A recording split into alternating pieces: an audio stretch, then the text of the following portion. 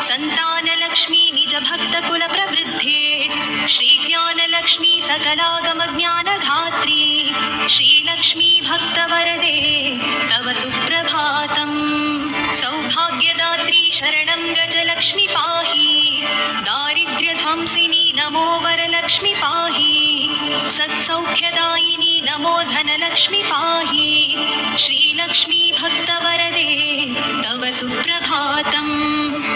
श्रीराज्यलक्ष्मी नृपवेश्मगते सुहासिनी श्रीयोगलक्ष्मी मुनिमानसपद्मवासिनी श्रीधान्यलक्ष्मी सकलावनिक्षेमधात्री श्रीलक्ष्मी भक्तवरदे तव सुप्रभातम्।